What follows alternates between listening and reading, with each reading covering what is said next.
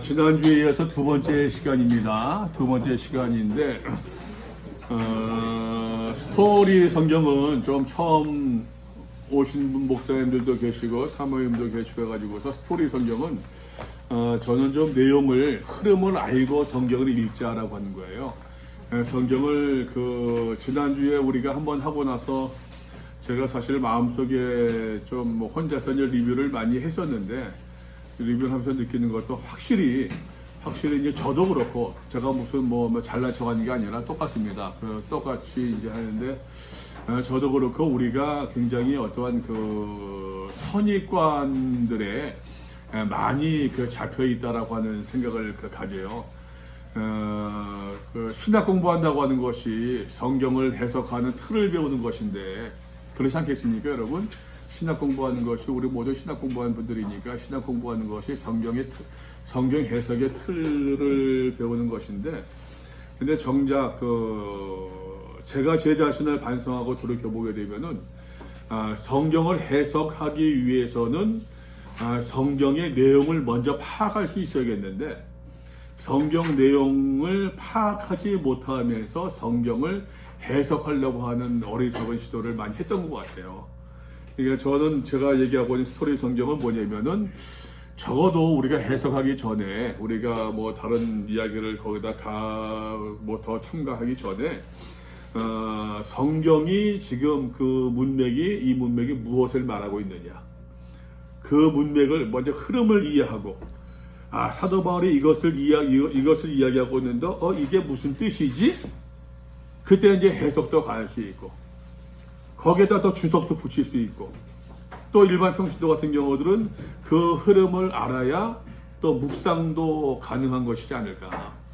근데 이제 스토리도 흐름도 내용도 파악이 안 되면서 해석을 하고 또 이제 주석을 하고 또 이제 어떤 묵상을 하는, 그러니까는 흐름과 전개와 전혀 별개의 어떠한 이제 해석도 나올 수 있고 또 이제 묵상도 하는 이제 문제이지 않을까.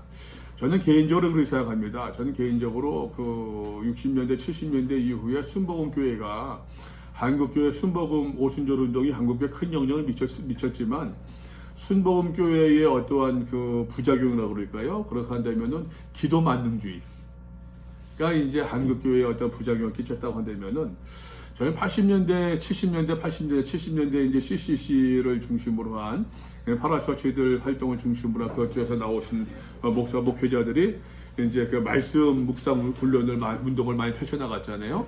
성경 말씀 묵상을 펼쳐나가는 가운데서 말씀 묵상, 성경 운동의 어떤 성경 해석 운동의 부작용이 말씀을 너무 지 나름대로 해석하게 하는 부작용을 가져오지 않았는가라고 생각을 해요. 평신도들이 그냥 성경 말씀 보면서 나는 이것을 느꼈다, 이것을 깨달았다, 그것을 묵상으로 착각하고 묵상인 양 생각하는 거. 그거는 초등학교 아이들이 말입니다. 제 표현으로 초등학교 아이들이 이순신 장군 위인전기를 읽고 그것을 읽고 뭘 느꼈느냐 하니까는 나도 이순신 장군처럼 살아야겠다, 나도 김유신 장군처럼 살아야겠다. 그것이 독후감인 것처럼 오늘날 많은 이제 한국교회에서 그래도 좀 글귀나 알고 그래도 대학교나 나왔다고 하는 성도들이 묵상하는 수준이 그 정도이지 않은가. 저도 말씀드렸습니다만 저는 카페를 하면서 이제 여기 도서관이 있으니까 이제 도서관에서 독서 모임 하시는 분들이 꽤 와요. 식사가 꽤 오고 이제 차 마시면서 이야기하는 것을 하는 경우가 많이 있는데, 그것을 이제 제가 귀담아 들으려고 하는 것이 아니라 듣는 경우들이 있거든요. 듣는 경우들이 있는데 그분들이 하는 얘기를 보게 되면은 독서 모임에서 그 독서 책을 읽고 주인공의 마음을 이야기하고 흐름을 이야기하고 내용을 이야기하는 토론들을 하더라고요. 그런데 교회 나온 사람들이 끼리끼리 해가지고 성경 이야기하고 신앙 이야기하게 되면은 거의 수준이 뭐냐면은 신앙 이야기 수준이 내가 은혜 받은 이야기, 하나님께서 우리 가정에 은혜를 주셔가지고서 내 아이가 좋은 대학 갔다, 하나님께서 은혜를 주셔서 우리 남편이 이렇게 정신 차렸다. 우리 병 고침 받았다. 이 정도 수준에 벗어나지 못하더라고요. 제가 어느 순간에 그게 보이더라고요. 어느 순간에. 저분들이 소설책을 보고 문학책을 보면서 내용도 이야기하고 스토리도 이야기하고 흐름도 이야기하고 주인공의 어떤 성격도 주인공의 마음도 이야기하면서 왜 성경을 보고서는 그렇게 보지 못할까? 그 생각이 어느 날 확 들어오는 거예요. 여러분 사실 신앙의 이야기라고 한다면은 나는 아브라함의 이야기를 들으면서 아브라함이 이삭을 바칠 때 아브라함의 마음이 이랬을 것 같아. 이삭이 이런 마음이 있었을 것 같아. 이런 이야기를 할 수 있지 않겠습니까? 근데 교회 안에서 벌어지고 있는 교인들이 신앙 이야기하는 거 보게 되면은 성경을 가지고 토론하고 성경을 가지고 이야기하는 경우는 거의 없어요. 다 내가 은혜 받았다는 이야기, 어떤 간증적인 그런 이야기 수준에 머물더라고요. 그래서 그 이유가 뭘까? 저 혼자 나름대로 생각할 때는 나도 그렇지만 성경 읽는 것을 배우지 못했구나. 성경 읽는 것을 현재 교재에도 있습니다만 성경을 너무 수동적으로 읽는 것에 익숙한 것 같아요. 제가 말할 때 성경을 수동적으로 읽는다라고 하는 것은 목사님들이 이야기한 대로 밑줄 쫙 동그라미 체크 하이라이트 체크하고 이것을 이제 그 틀을 벗어나지 못하는 성경 말씀 목사님 말씀 주신 대로 기억하고 내가 성경을 보면서 그 파악은 못하는 거예요. 그래서 성경 읽는 것을 근데 솔직히 나도 그렇고 우리도 같이 그런 것 같아요. 솔직하게. 그래서 지금 제가 스토리 성경이라고 이름 붙인 거는 적어도 성경을 보면서 그 성경이 어떤 내용하고 있는가, 어떤 내용을 이야기하고 있는가. 우리가 좀 선입관을 떨쳐버리고 성경이 무엇을 말씀하고 있는가, 좀 그 내용을 좀 파악하자는 얘기예요. 어떤 의미에서 국어 공부라고도 할 수 있어요. 그러고 나서 해석도 할 수 있고, 그러고 나서 해설도 하고, 주석도 달고, 그러고 나서 묵상도 하고, 그러면서 토론도 하는 것이 이제 성경 보는 훈련이지 않을까. 하여튼 카페를 하면서 느낀 것과 저 지난 시간에 말씀드렸습니다만 재작년에 가을부터 제가 이제 관주로 성경을 공부하기 시작했었는데 관주로 성경을 공부하기 전에 로마서를 가을에 한 150번, 200번 읽은 것 같아요. 그때 제가 이제 이게 로마서가 내용이 이러네. 내가 잘못 알고 있었네. 내가 너무 이제 오래되셨는데 나도 프레임에 갇혀 있었구나라고 하는 것을 제 스스로 좀 많이 발견하고 또 이제 제가 요 로마서를 느낀 것들을 이제 여기 포항에서 우리 교인들하고도 한번 하고 청년들하고 한번 하고 또 다른 교회 교인들하고도 이제 모임하고 다른 교회 청년들하고 그 다음에 그리고 또 이제 서울 장신대 신대원 학생들하고도 어떻게 연결돼 가지고서 12주를 같이 공부를 했어요. 같이 공부하면서 이제 하고 그 느낀 것들을 지금 그 전까지는 이제 관주 가지고 했었는데 하면서 이건 좀 아닌 것 같다면서 새로운 아이디어 떠오른 것이 이제 여기 4개 성경을 이제 패럴로 같이 해가지고서 컴페어 비교할 수 있게 한 것이고 또 사실은 지난 주일날 같이 한번 해보고 나서 제 마음속에 또 하나 떠오른 또 좀 아이디어가 생각이 있어요. 생각이 우리는 목회자들이니까 로마서를 가지고 공부하고 있지만 좀 기회가 되고 한다고 한다면은 제가 생각에는 이 스토리 파악하는 것이 로마서를 가지고 스토리 성경하기에는 좀 어려울 수 있겠다라는 생각이 들더라고요. 그래서 지금 제 생각에는 복음서가 오히려 스토리로 그래서 이제 창세기에서 1장 11장까지 빼고 12장부터 아브라함의 이야기에서부터 다시 그거는 말 그대로 이야기니까 아브라함의 이야기, 이삭의 이야기, 요셉의 이야기, 그 다음에 또 야곱의 이야기, 그 다음에 요셉의 이야기니까는 그걸로 이제 제 생각에 초급 비슷하게 하고 그 다음에 중급에서는 복음서를 가지고서 같이 하고 나중에 로마서 같은 걸 하게 되면은 조금 더 이제 어떠한 그 훈련이 될 수 있겠다라는 생각이 들더라고요. 예. 그래서 저도 이제 중간중간에 질문 좀 해도 됩니까? 물론입니다. 계시록도 스토리로 볼 수 있나요?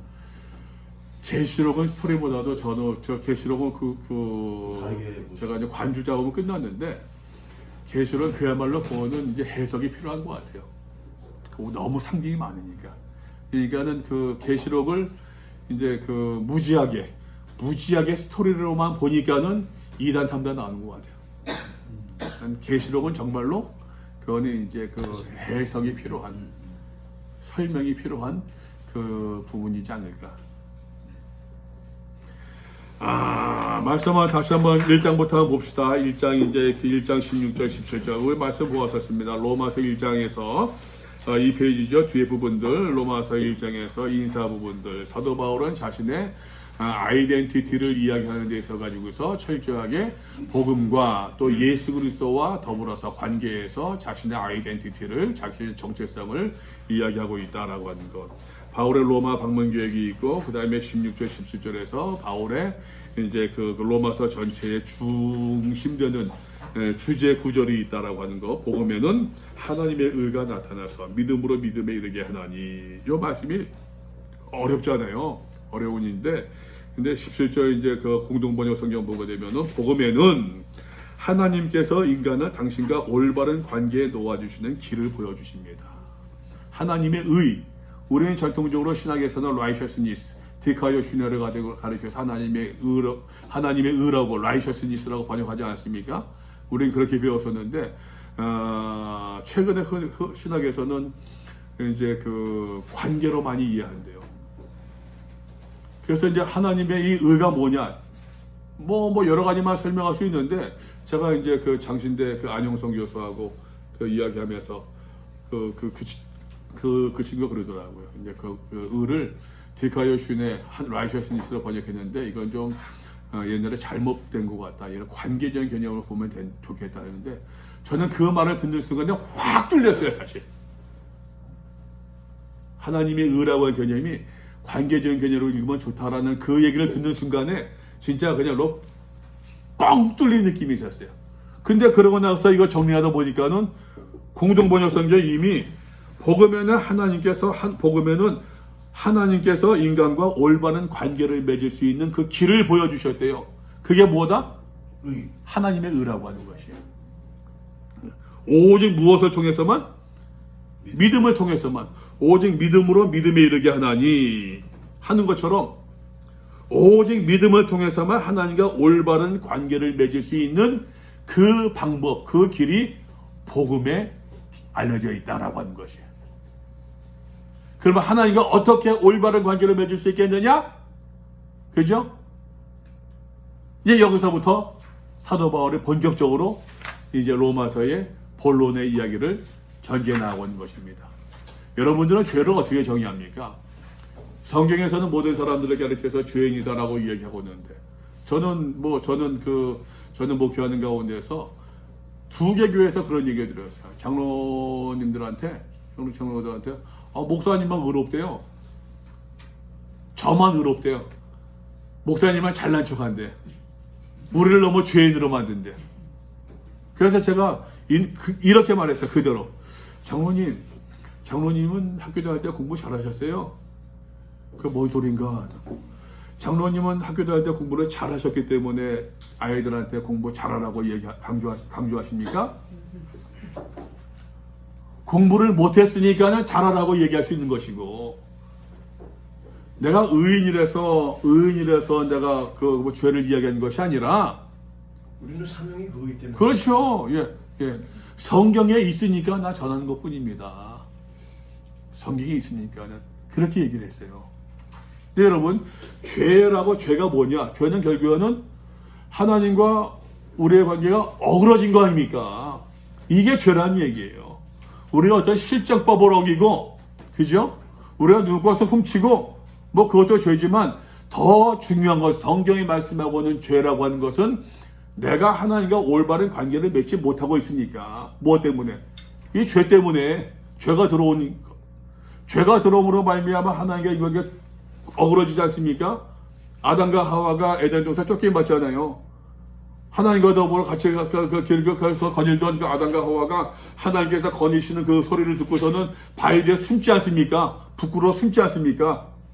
억울하시는 거예요. 이게 죄의 결과입니다. 그 결과 추방당하잖아요. 예. 죄의 결과예요. 예. 복음은 무엇이냐? 이 어그러진 관계가 다시 복원될 수 있는 길을 보여주신다는 거예요. 누구를 통해서? 예수 그리스도를 통해서. 자꾸 앞서 나가네, 그죠? 자, 그러면서 말입니다. 사도 바울은요, 모든 사람들이 죄인이라고 하는 것을 논증해 나가기 시작합니다. 먼저 그 당시의 개념으로 유대인의 개념으로 봐서는 세상 사람들은 두 가지 두 부릅니다. 유대인이냐, 이방인이냐. 이방인은 이방인이기 때문에 유대인의 생각에서 이방인이기 때문에 죄인이에요, 무조건. 이방인이기 때문에 죄인이에요. 이방인이기 때문에 그 사람도 아니고, 그러니까는 뭐 어느 라비한테 물었다고 하지 않습니까? 어느 라비한테 얘기를 하나님께서 천지를 라비들을 유대인들을 라비들 그렇게 가르쳤대요.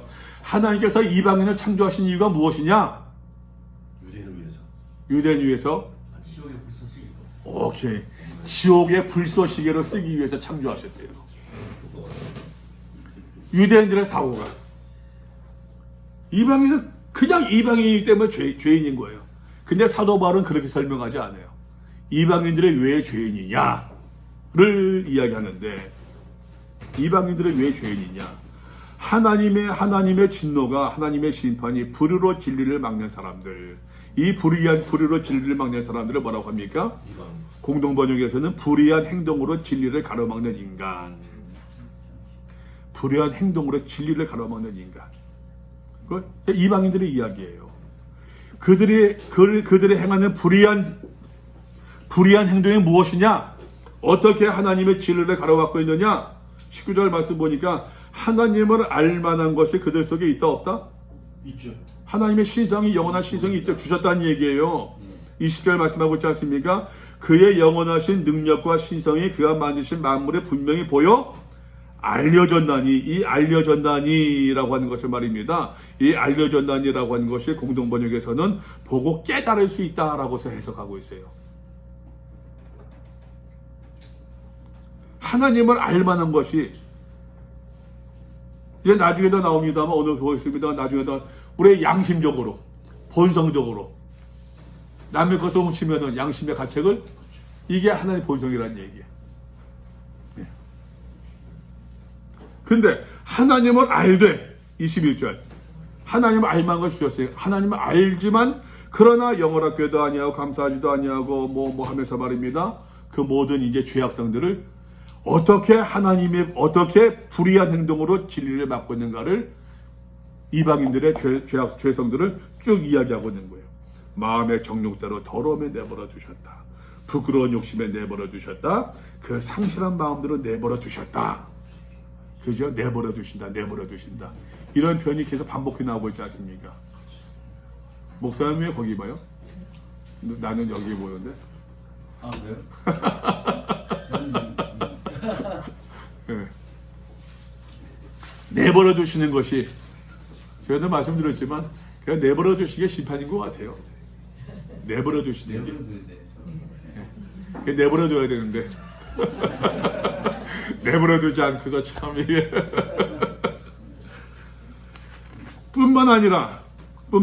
다시 이야기합니다, 여러분. 사도 바울은 말입니다. 이 죄라고, 이방인의 죄를 그냥 유대인들은 이방인이기 때문에 죄인이었지만 그들이 왜 하나님 앞에서 죄인인가를 하나씩 논증해 나간다고 하는 것이. 그 다음 봅시다. 2장 넘어가게 되면은 우리가 여기까지 봤었네요. 그러므로 남을 판단하는 사람아, 여기서 1장까지 봤던 것 같아요. 그죠? 지난 시간. 예. 그러므로 남을 판단하는 사람아, 아직까지 이방인입니다. 누구를 막론하고 내가 핑계하지 못할 것은 남을 판단한 것으로 네가 너를 정죄함이니 판단하는 네가 같은 일을 행하고 있도다. 남을 판단하는 사람아, 공동번역 성경에서는 남을 판단하는 사람이라 하더라도 자기는 죄가 없다 할 수 있다 없다? 할 수 없다는 얘기예요. 네가 아무리 뭐 고미한 도덕적인 남들은 어떤 고미한 그 성품이 있고 삶의 기준이 있다고 할지라도 네가 다를 것이 뭐가 있겠느냐라고 하는 것이죠. 남을 판단하는 사람아 라고 얘기하고 있는데 세 번역 성경에서는 남을 심판한다라고 얘기하고 있어요. 그죠? 남을 심판한다. 2절 말씀은 이런 일을 행하는 자에게 하나님의 심판이 진리대로 되는 줄을 우리가 아노라. 이런 일은 뭡니까? 예? 남을 심판하는 것. 또 이런 일을 행하는 사람. 예? 정죄. 이방인들 똑같은 비방, 천자, 앞을 좀 봅시다. 앞을 보게 되면은 불의로 진리를 막는 모든 사람의 행동들을 봤잖아요. 그죠?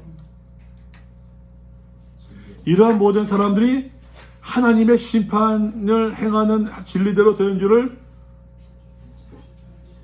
안다고 하면서 남을 판단한단 말이에요. 나는 다르다고 여기는 거예요. 나는 이런 일을 행하는 사람, 공동모여서 뭐 이런 짓을 일삼는 사람이래요. 예. 이런 일을 행하는 자를 판단하고도 같은 일을 행하는 사람아, 네가 하나님의 심판을 피할 줄로 생각하느냐? 피할 수 있다 없다? 없다. 아직까지 이방인입니다. 그죠? 아직까지 이방인이에요. 혹 네가 하나님의 인자하심이 너를 인도하여 회개하게 하심을 알지 못하여. 이게 무슨 말입니까? 4절 말씀 무슨 말입니까? 공동번역 성경 보세요. 더구나 사람을 회개시키려고 베푸시는 하나님의 자비를 깨닫기는커녕 하나님의 인자하심이 너를 인도하여 회개하게 하심을 알지 못한다. 하나님이 왜 인자하십니까? 천식. 왜 인자하세요? 인자하신 이유가 뭡니까? 성품이 원래 사랑이시니까. 예? 성품이 사랑이시니까 다시 우리 우리 선입관 버리고 성경 보자고요. 선입관 버리고 성경 보자고. 성경 4절만 봅시다. 하나님의 인자하심이 어떻다는 얘기예요? 너를 인도하여 어디로? 회개하게 하심을. 왜? 이런 일을 행하는 거 죄 가운데 있고 뭐 막 그런 사람들인데 하나님께서 너를 심판을 피할 수 있다 없다? 피할 수 있다? 피할 수 없는데 한 대 때려주세요 사모님. 회개하면 되죠. 심판을 피할 수 없는데 왜 하나님이 길이 참으시느냐? 참으신 이유가 뭐라는 얘기예요? 회개하기를 기다리시는데 그의 인자하심과 용납하심과 같이 길이 참으시기의 풍성함을 네가 멸시하느냐? 멸시한다. 공동번에 뭐라고 되어 있습니까 여러분? 더구나 사람을 회개시키려고 베푸시는 하나님의 자비를 깨닫기는커녕 오히려 그 크신 자비와 관용과 인내를 업신여기는 자가 있다니 될 말입니까? 안 된다 이 말이에요. 4절 세번역 성경 보세요. 아니면 하나님께서 인자하심을 베푸셔서 그들을 인도하여 회개하게 하신다는 것을 알지 못하고 오히려 하나님의 풍성하신 인자하심과 너그러우심과 오래 참으심을 업신여기고 있으니 그게 말이 되겠느냐? 현대인의 성경 보니까는 업신여긴단 말입니까?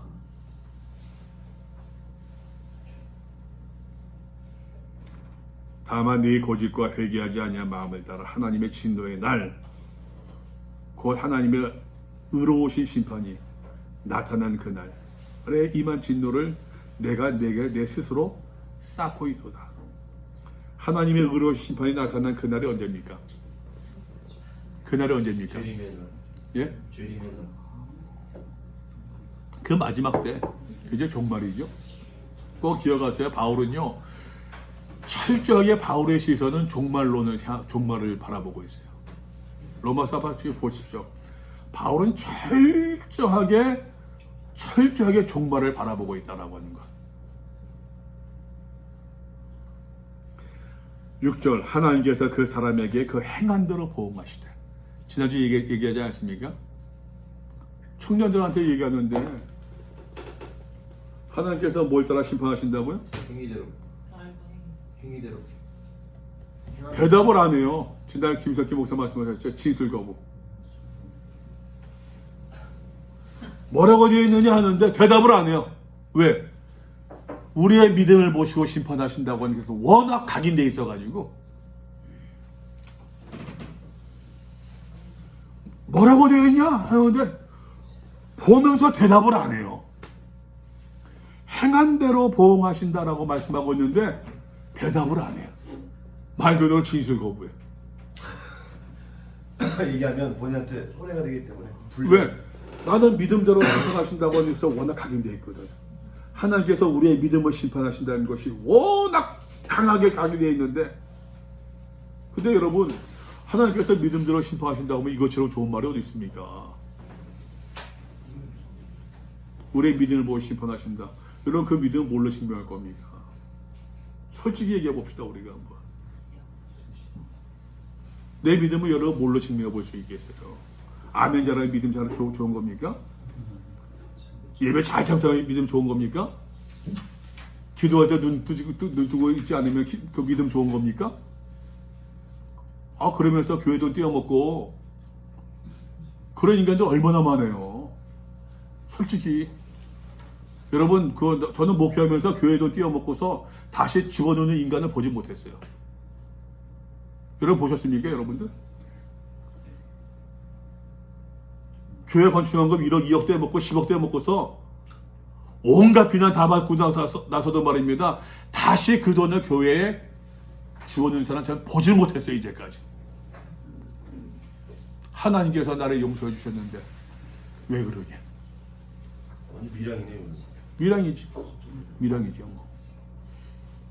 여러분 우리의 믿음을 뭘로 증명할 수 있겠어요? 근데 우리의 믿음을 내놓는다. 이것처럼 좋은 말이 없어요. 안 그렇습니까 여러분? 근데 성경 보세요. 하나님께서 무엇을 따라 보응하 심판하신다고요? 행한 대로. 행함이래요. 행함이에요. 아직 믿음이라는 얘기 안 나옵니다. 그죠? 행한 대로 보응하신대요. 행한 대로.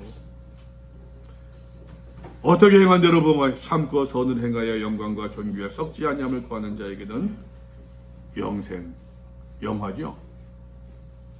영원한 구원을 하시고 오직 당을 지어 진리를 따르지 아니하고 불의를 따르는 자에게는 진노와 분노를 하시리라. 7절에 존귀란 말이 공동번역에는 명의로 나오네. 명예욕이 있어서 명예가 아니라 여러분 성도로서의 자긍심, 목사로서의 자긍심, 그게 명예이지 않겠어요? 목사가 돈이 없지 가오가 없냐? 뭐 솔직히 저는 그래요. 저는 내가 돈이 없지 가오가 없냐? 사람 포항에서 제가 돈 많은 줄 아시는 분 많더라고요. 이거 보고 건물이라고 하더라고. 건물도 가지고 있는데 봐주시니 고맙지만 요즘에 뭐 조물주위에 건물주 있다고 그러니까는 감사하지만 돈이 없지 가오가 없습니까? 돈 1,000만 원에 내 목사에게 가오를 팔아먹을까요? 돈 1억에 혹시 1억이면 모르겠다. 아닙니다. 안 돼요? 하여튼 명예라고 얘기하고 있어요. 또 8절 말씀 보니까 오직 당을 지어 진리를 따르지 아니하고 라고 되어 있는데 요걸 말입니다. 여러분 공동번역 성경 보니까는 자기 이익만을 생각하면서 진리를 물리친대요. 세번역 성경 보니까 이기심에 사로잡혀서 진리를 거스린대요. 현대인의 성경 보니까 이기적이며 진리에 순종하지 않는데요. 당을 짓는다. 그러면 이유가 나오죠. 왜 당을 짓습니까? 이익을 따라 당을 짓는다는 얘기예요. 이익을 따라서. 요 말씀 가지고서도 설교할 수 있지 않겠습니까? 공격. 다 당을 지으면은 그거 완전 그냥 뭐고요. 옛날 고라가 당을 짓는 것처럼. 예. 고라가 당을 짓는 것처럼. 제가 전 교회에서도 목회에서도 한번 저희 얘기 있잖아요. 그 누구죠? 다윗의 아들 압살롬의 얘기를 예화 시간에 한번 들었어요. 성경 말씀 보면은 압살롬이 백성들의 마음을 훔쳤다고 그랬어. 백성들의 마음을 훔쳤다고. 그래서 제가 이제 그 예화를 하면서 이제 썼어요. 난 진짜 양심컨대 하나도 난 그거 염두두지 않았었어요. 예배 끝나고 그때는 그 장로님이 회사 일 때문에 못 나왔어요. 동생이 들었어요. 동생한테 형한테 일렀어요. 나 쫓아왔어요. 목사님, 마음을 훔쳤다가 자기를 두고 한 얘기 아니니? 그래도 찔린 거. 나를 두고 한 얘기 아니니? 맞습니다. 그냥 자기가 제 말이 얘기하시오. 그래서 제가 뭐라 그러냐면은 이 톤으로 얘기했어요. 이 톤으로. 장로님, 이 톤으로 장로님. 기도하실 때는 기도하실 때마다 목사님 입술을 통해서 전해주신 말씀, 하나님 말씀을 듣게 해달라고 기도하시면서. 그러면 그렇게 들을 수 없는 거예요. 장로님 나하고 7년 있으면서 내가 그런 목사로 보입니까? 제가 그런 목사로 보입니까? 내가 그 말씀 가지고 누구 치기나 하는 그런 목사로 보입니까? 장로님 기도는 그렇게 대표 기도하면서 그렇게 들을 수 없는 겁니까? 가만히 들어. 나가서는 또 그 얘기 또 해요. 목사가 쳤다. 말씀으로 친다고 자기 두고 얘기했다고. 은행 받았네.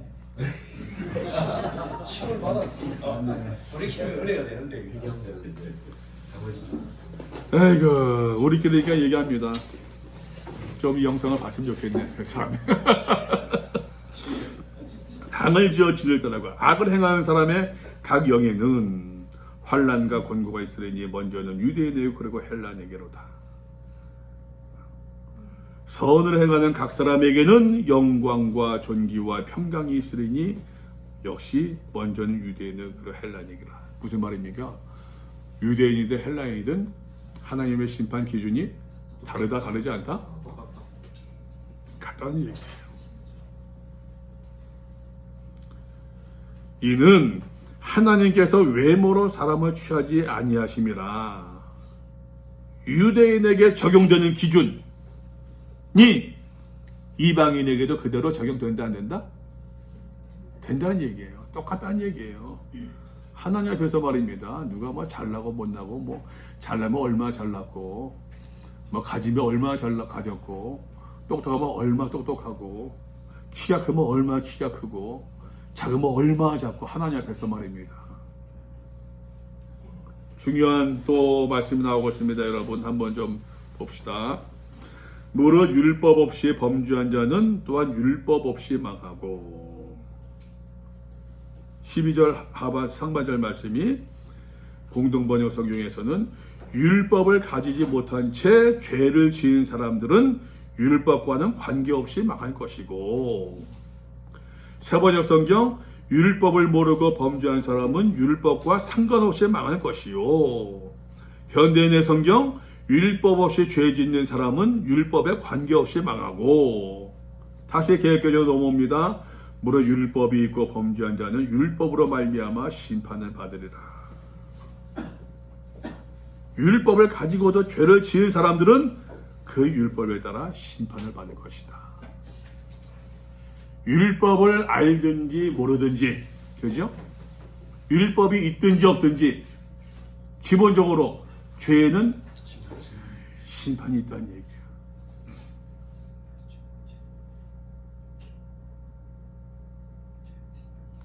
한 가지 원칙입니다. 원 프린시플. 그죠? 한 가지 원칙이에요. 율법이 있느냐 없느냐, 아느냐 모르느냐. 그래 그 따져보게 되면은 하나님 나가 몰랐는데 라는 변명은 그때 통하지 않는다. 한번 저 보시겠습니까, 여러분? 저 주목해 보시면은 이순신 장군이 복음을 알았습니까? 몰랐습니까? 몰랐죠. 그러면 구원 받았을까 못 받았을까요? 그럼 뭐 하나님한테 알렸죠. 아이, 그건 너무 결론적이네. 그건 내가 얘기해야지. 어떻습니까, 여러분? 양심재판 들어보셨어요? 양심재판? 그런 얘기 하시잖아요. 양심재판이 있습니까? 없습니까? 뭐 죽어보지 않았으니까 모르겠고. 양심에 따라서 여러분 구원받을 수 있는 사람이 있을까요? 결론적으로 말씀드릴게요. 결론적으로. 요거 그래서 제가 한번 봅시다. 먼저 14절.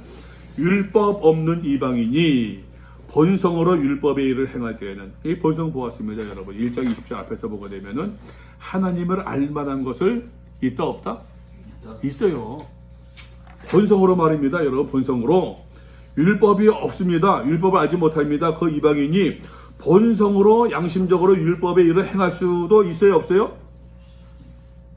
있잖아요, 그죠? 행할 수 있습니다. 이 사람은 율법이 없어도 자기가 자기에게 율법이 된대요. 이런 이들은 그 양심의 증거가 되어 그 생각들이 서로 혹은 고발하며 혹은 변명하여 그 마음에 새긴, 그 본성에 새겨진 하나님의 율법의 행위를 나타내느니라. 근데 여러분 보세요. 율법으로 구원받을 수 있습니까? 없습니까? 없죠. 다시. 율법을 지켜. 그러면 복음을 전해받지 못한 사람이 양심에 따라 행동하면 구원받을 수 있다 없다? 양심에 따라 행동 그건 맞죠. 양심에 따라 행동하면 구원받을 수 있다. 근데 양심 때문에 못하는 게 문제죠. 양심 때문에 못해요? 양심 때문에 안 되는 없다. 방금 일자에서 안 된다 했잖아. 전도 현장에서 제일 많이 받는 질문. 어떻게요? 전도 현장에서 제일 많이 받는 질문 중에 하나고요. 그러니까 왜냐하면 아까 이순신 장군도 그렇고 결국은 우리 땅에 복음이 전해지기 전에 복음을 한 번도 듣지 못하고 살다가 죽은 사람은 그럼 뭐냐? 그러니까 그런 질문이 가장 많죠. 그러니까 아까도 말씀드렸잖아요. 이순신 장군이 이순신 장군 세종대왕 다 하나님께 달렸어요. 그러니까 우리가 어떻게 할 수 없죠. 이순신 장군 세종대왕. 근데 그 얘기를 사도 바울이 지금 여기에서 힌트를 얻을 수 있을 것 같아요. 저는 우리가 알거죠. 율법대로 행하면 구원받는다 못 받는다. 율법대로 완벽히 행하면 그건 받아요. 받아요. 그죠? 근데 율법대로 행할 수 있는 사람이 없습니다. 없어요. 양심대로 행하면 구원받는다 못 받는다? 받는다. 근데 양심대로 행할 수 있는 사람이 없죠. 없어요. 별로 게 없지잖아. 하나도 내 인생에서 양심에 꺼리낌 없는 사람이 그렇게 해석할 수 있을 것 같아요. 그때까지 있었는데 오늘부터 없어졌어요. 좀 뭐 하실 말씀 있으십니까? 그 다음에 질문이 들어오는 게 뭐냐면 그러면 불공평하시지 않냐는 그 질문이 들어오더라고요. 왜냐하면 그 사람들은 회개할 기회도 받지 못한, 회개할 방법에 대해서 받지 못한 상태로 그럼 죽는데 그 하나님 공의로우냐? 라는 질문이 들어와요. 솔직히. 그럼 많이 먹어도 이제 이건 그러면 뭐라고 말씀하시겠어요? 사실은 쉽지 않아요. 답을 갖고 있어야 얘기를 해주고. 그럼 근데 그걸 전부 다 일일이 다 할 수는 없는데 주께서 말씀하신 것처럼 하나님은 죽은 자의 하나님이 아니요 살아있는 자의 하나님이로라. 근데 그런 질문에 대해서 1장에서 만물의 모든 것들이 드러나 있는데도 사람들은 그것을 하나님을 선택하지 않냐고 우상을 선택했어요. 고의적으로. 우리가 그거를 핑계치 못한다 이렇게 얘기를 해요. 사도 바울의 아직까지의 얘기를 보게 되면 사도 바울의 이야기로는 이제 물론 이제 저는 제 해석입니다. 이건 제 해석이에요. 그냥 뭐 그렇게 수용하자 저 사람이 저렇게 생각하는구나라고 이해하시면 좋을 것 같은데 오직 예수의 이름으로 구원받는 게 맞죠. 근데 저는 고민이 예수의 이름으로 오직 예수의 이름으로만 구원받는 것이 맞는데 근데 예수의 이름을 믿는다고 하는 것이 어떤 의미가 있을까? 는 많은 고민이 필요할 것 같아요. 예수를 믿음으로만 구원받을 수 있는 것이 맞아요. 성경의 가르침이에요. 그런데 예수를 믿는다고 하는 것이 무엇이냐? 예수를 믿는다고 하는 것이 어떤 것이냐? 이거는 많은 생각이 있을 것 같아요. 성경이 얘기하고 있는 건 천하에 구원받을 만한 다른 이름을 주신 일이 없다. 오직 예수의 이름이 맞는데, 근데 그 예수의 이름을 믿는다고 하는 것이 도대체 무엇이냐? 아멘 잘한다고 해서 믿는다고 얘기할 수 있겠느냐? 따라가고 예수의 삶을 그런데 여기에서 네. 사실상 사도 바울이 네. 그 로마 교회에 편지하기에 그 원래 편지 의도 목적은 결국은 역사적 예수를 포함한 이제 뭐 실존론적인 예수든지 그게 분리될 수 없는 것 아닙니까? 그러니까 우리가 너무 이제 뭐 이순신 장군 편을 들라고 세종대왕 편을 들라고 하다 보니까 막 이게 여러 가지까지 막 우리가 뭐 너무 넓게 생각해 버리는데 사도 바울이 이 본문 로마서에서는 그 의도는 예수를 소개하고 복음을 그렇죠. 소개하는 그렇죠. 그 예. 의도에서 예. 출발한 것이지 예. 우리가 그 마지막 격까지 그렇죠. 가지고 예. 다른 것을 적용해 버리면은 이게 어떤 대화가 안 되죠. 요즘에 이단들도 격까지 가지고 예. 뭐 적용하는 거 하고 예. 비슷해 버리는 경우가 나옵니다. 그러니까는 우리 다시 얘기한다면은 우리가 로마서를 공부하면서 로마서를 읽으면서 로마서가 무엇을 이야기하고 있느냐? 아, 로마서 그것을 이야기하고 있구나. 그냥 그 내용을 먼저 알고 그 다음에 해석이 필요하고 해석은 또 신학의 발달에 따라서 해석은 달라질 수 있겠지만 해석은 의미 해석은 달라질 수 있겠지만 그러나 의미 해석은 이제 뭐 분명하겠죠. 거기에 따라서 이제 또 해설도 할 수 있고 거기에 따라서 묵상도 할 수 있는 것이지. 근데 우리는 지금 사도 바울의 로마서의 내용을 무엇을 이야기하고 있느냐를 지금 비교해서 보고 있는 거예요, 지금. 예. 비교해서.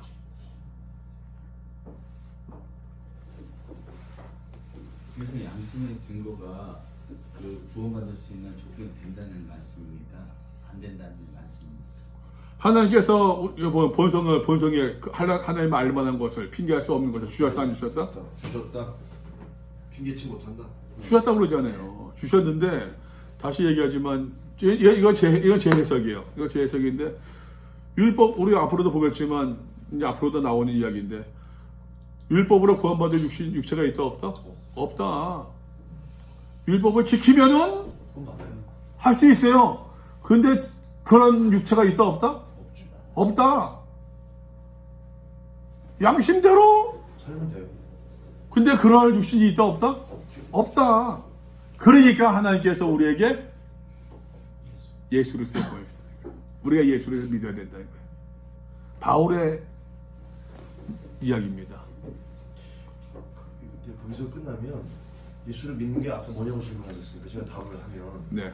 예수를 바라보고 예수를 믿는다는 건 예수가 산 삶을 뭐라 그러지? 따르는 거다. 그래서 여러분 제가 여기서도 로마서한테 이런 질문을 하자고 그랬잖아요. 구원이 무엇입니까? 예수님 믿음이 어떤 의미가 있습니까? 우리는 무엇을 바라고 무엇을 구해야 합니까? 이러한 여러 가지 질문들에 대한 답을 저는 로마서가 주고 있다고 생각을 해요.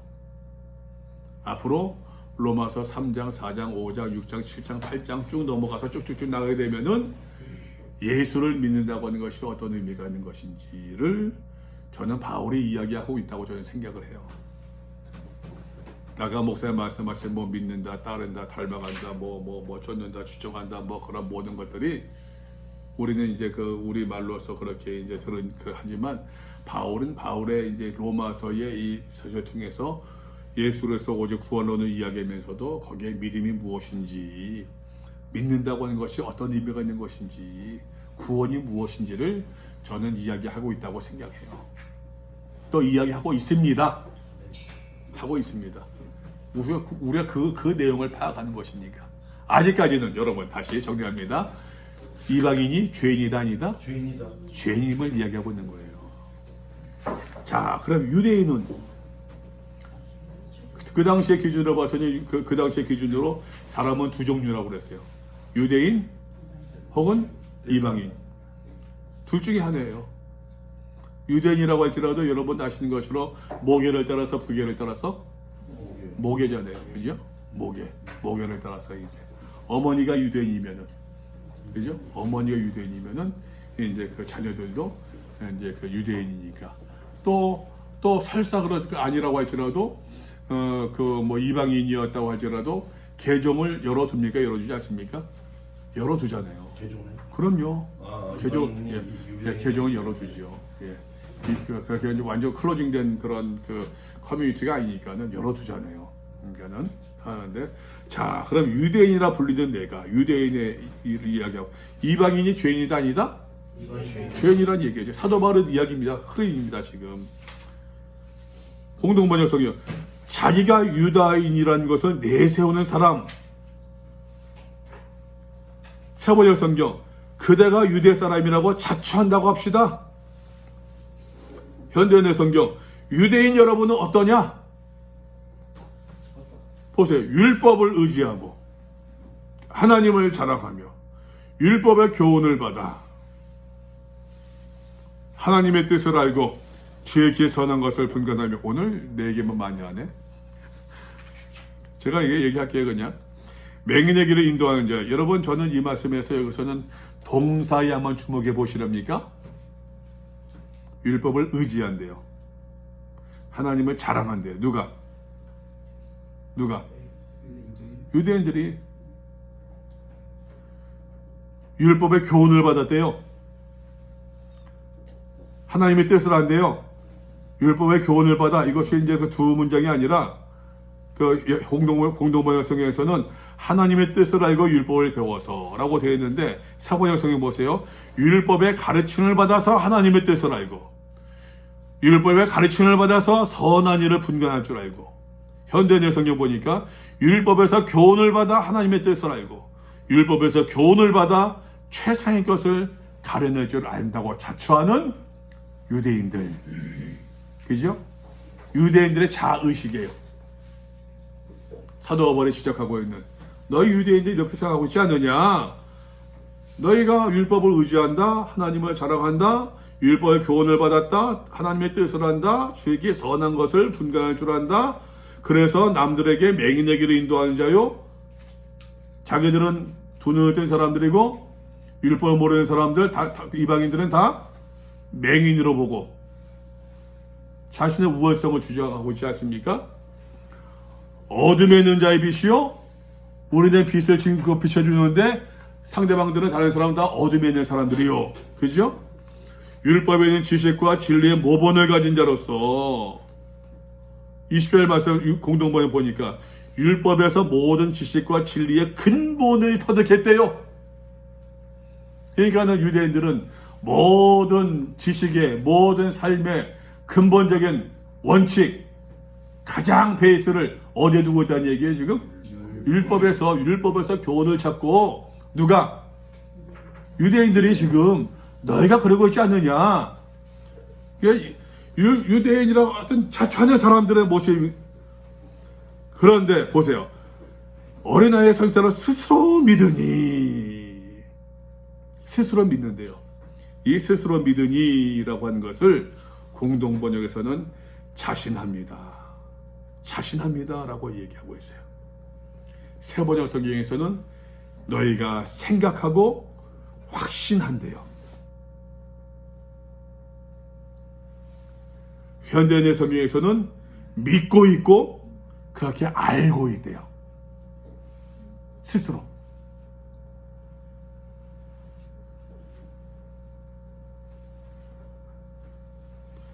너희가 그러면서 그렇게 믿고 그 스스로 알고 자처하고 그렇게 스스로 생각하면서 21절입니다. 그러면 다른 사람을 가르치는, 그렇게 네가 잘난 척하면서 가르치면서 네 자신은 너 자신을 가르치지 아니하냐? 공동번역 성경 보세요. 그런 사람이 남을 가르치면서 왜 자기 자신을 가르치지 못합니까? 좀 찔리지 않습니까? 우리. 이게 설교하면서라고 있는데. 선포하는 것 갖다가 설교한다.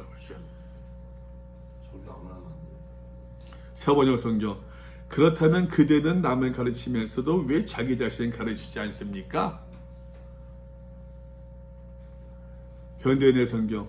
그런 여러분이 남을 가르치면서도 왜 여러분 자신은 가르치지 못합니까? 도둑질하지 말라 선포한 네가 도둑질하느냐? 간음하지 말라 말하는 네가 간음하느냐? 우상을 가증히 여기는 내가 우상을 미워한다고 하면서 네가 신전 물건을 도둑질하느냐? 왜 훔쳐내느냐?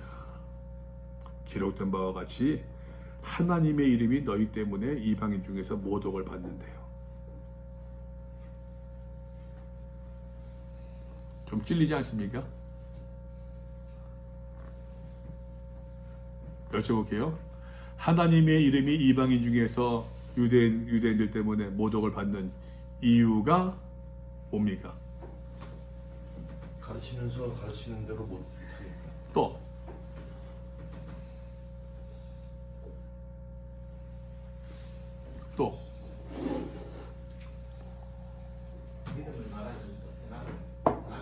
어떻게요? 다시 목사 다시? 믿음을 말하면서 대낮에 없으니까. 제가 말씀드릴게요.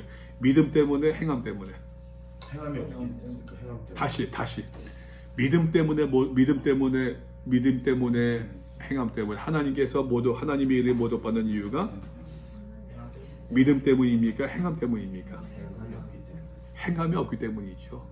믿음이 없기 때문이 아니라 지금 행함이 없기 때문이에요. 저는 우리가 좀 믿음이 없는 거지. 나중에 얘기합시다. 나중에 그거는 나중에 저는 진짜 목회를 반성하면서 내가 참 목회를 잘못했구나라는 생각 참 많이 했어요. 용서하십시오. 그냥 정말 그 반성 많이 했어요.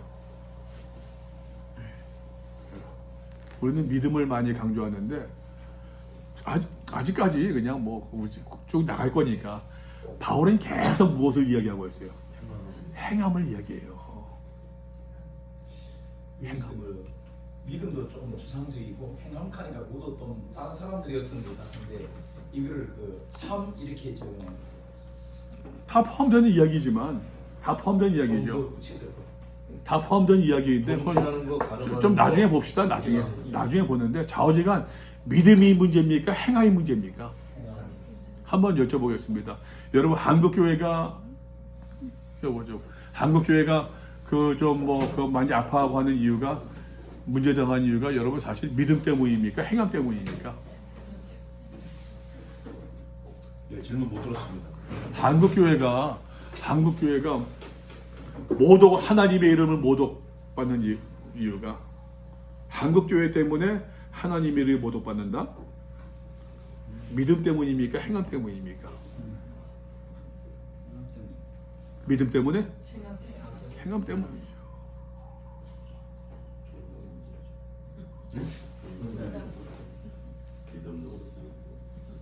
그게 하나 아니지. 나중에 얘기하자니까 뭐. 근데 이것도 여러분 다시 해봅시다. 여러분 이것도 사실 지금 우리가 지금 프레임이에요. 프레임이야 지금. 우리가 프레임이야 지금. 얘기하고 있는 의도성이 있다. 그 프레임을 해쳐놓고 보자고. 해쳐놓고 지금 3장까지 보는 가운데 3장 맞죠? 2장까지 보는 가운데에서 지금 사도 바울의 흐름을 보자는 얘기예요 지금. 의도성이 있어. 아직 믿음이라는 얘기 안 나온다니까 지금. 예. 오직 믿음에서 믿음으로 말미암아 하나님과 올바른 관계를 맺는 것을 이야기하고 있는데 이것을 이야기하기 위해서 모든 사람이 죄인이라고 하는 이방인도 죄인이요 유대인도 죄인이라는 얘기예요 지금. 자 유대인들 보자 그렇게 하나님을 자랑하고 율법 자랑하고 막 그러고 있는데 유대인들 너희들 때문에 하나님의 이름이 이방인들 가운데서 모독받는 이유가 뭐냐? 유대인들의 믿음 때문입니까? 행함 때문입니까? 행함이잖아요 지금. 우리가 이제 프레임 버리자고요 지금. 프레임 버리고 25절 네가 율법을 행하면 할례가 유익하다. 공동번역 성경 보세요. 할례는 율법을 지키는 사람에게만 가치가 있고 의미가 있대요. 율법을 지키면 세번역 성경 할례 받은 것이 유익이지만 현대인의 성경 율법을 지키면 여러분의 할례가 가치가 있지만 할례라는 것도 이제 율법의 어떤 그 흐름 가운데 있는 거니까. 그러다 만일 율법을 범하면, 만일 율법을 지키지 않는 사람이 율법을 어기면 네 할례가 무할례가 되느니라. 율법을 지키지 않는 사람이 할례를 받았다 하더라도 받으나 마나 한 것이지 않겠느냐. 다시요. 사도 바울은 지금 사도 바울은 말입니다. 할례보다도 율법을 바르게 준수하는 것이 더 중요하다는 얘기예요.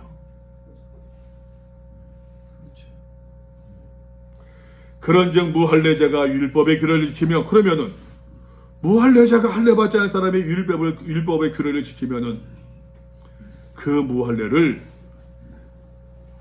율법을 준수하는 사람의 그 무할례를 할례와 같이 여기는 것이 마땅하지 않겠느냐. 26절 공동번역 성경 보세요. 그러므로 할례를 받지 않은 사람이라도 율법이 명하는 것을 잘 지키기만 한다면 하나님께서는 그 사람도 할례 받은 사람이나 다름없이 보아주시지 않겠느냐. 세번역 성경 그러므로 할례를 받지 않은 사람이 율법의 규정을 지키면 그 사람은 할례를 받지 않았더라도 할례를 받은 것으로 여김받지 않겠느냐.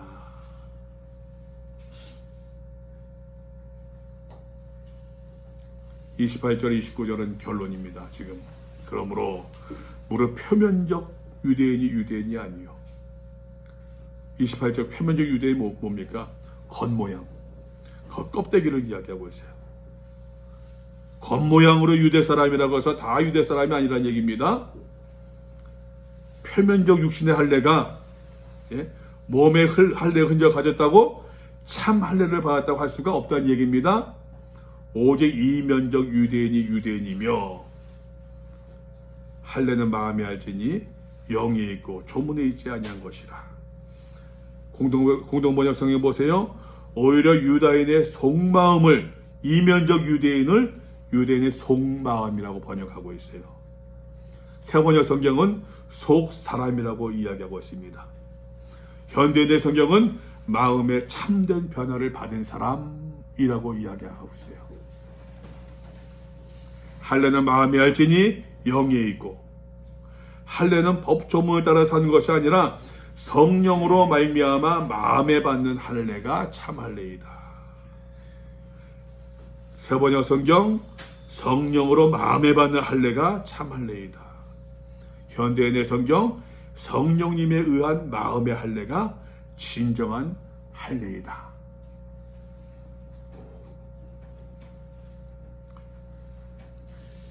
그 칭찬이 사람에게서가 아니요 다만 하나님에게서니라. 이런 사람은 공동번역입니다. 사람의 칭찬을 받는 것이 아니라 하나님의 칭찬을 받습니다.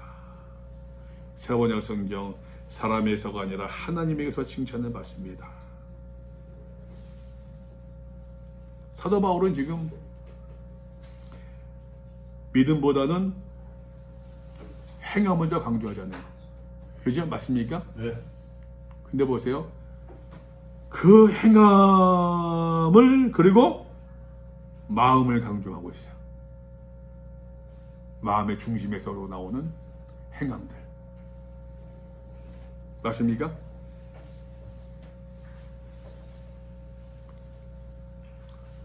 여기에서 강조점이 뭡니까, 여러분?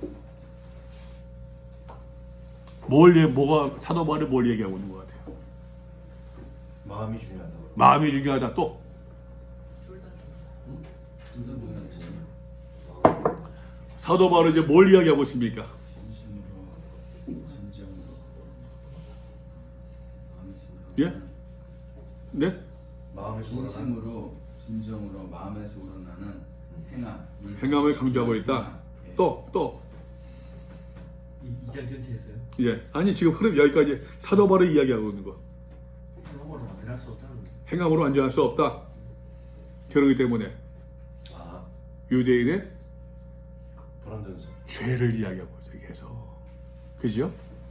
이방인의 죄를 이야기하고 유대인의 이제 죄성을 이야기하고 있는 거예요, 지금. 유대인의 죄를 이야기하면서 너희가 율법자라고 막 하지만 이 녀석들은 마음에서부터 해야지. 그러니까 너희들이 죄인이란 말이야. 사도 바울이 그걸 이야기하고 있는 거예요. 이해되세요? 무슨 말인지? 마음으로 안 됐기 때문에 죄인이라는. 그렇죠. 그렇죠. 예. 네? 모든 사람이 앞서가지 마라. 자, 그래서 여러분 그 다음에 봅시다. 그 다음에 봅시다. 그 다음에 로마서 3장입니다. 그런즉 유대인의 나음이 무엇이냐? 그래도 사도 바울이 유대인인데, 야, 그래도 나도 바리새파 사람이고 히브리인 중에 히브리인데 난 이제 8일 만에 할례를 받았고, 그래서 나도 유대인인데, 야, 유대인의 나음은 내가 그 유익을 모르겠냐? 유대인의 할례의 이론적인 무엇이냐? 할례의 유익이 무엇이냐? 가치가 무엇이냐? 쭉 이야기를 합니다. 범사에 많으니 제일 먼저 무엇보다도 하나님의 말씀을 맡았다. 하나님의 말씀을, 당신의 말씀을 유대인들에게 주셨다. 라는 얘기예요. 율법을 주셨다는 얘기입니다. 그죠? 말씀하면은 이제 구약에서 우리가 복음이란 무엇인가 말씀했잖아요. 7가지 내용 되지 않습니까? 예언과, 그죠? 성취와 고난과 죽음과 부활과 승천과 재림까지 예수님의 이야기, 예언, 성취, 그죠? 예언이죠, 예언. 구약의 모든 말씀들, 선자를 통해서 주셨던 것, 그 모든 말씀을 우리가 맡았다는 얘기예요, 지금. 더 해석을 한다고 한다면은, 메시아에 대한 소망을 우리에게 주셨다는 얘기예요. 우리가 알고 있는 것처럼 여러분, 예수님께서도 우리가 1장에서 보지 않았습니까? 1장 처음부터 해가지고서는 그의 아들의 이 복음은 하나님의 선지자 그의 아들에 관하여 성경에 미리 약속하신 것이라. 그의 아들을 말하면 유수는 다윗의 혈통에서 나셨고 유다 가문에서 우리 유대인의 혈통에서 나셨다. 얘기하고 있잖아요, 지금. 말씀을 맡았다. 또 저 좋게 본다고 한다면은 율법을 맡았다. 예. 그렇게.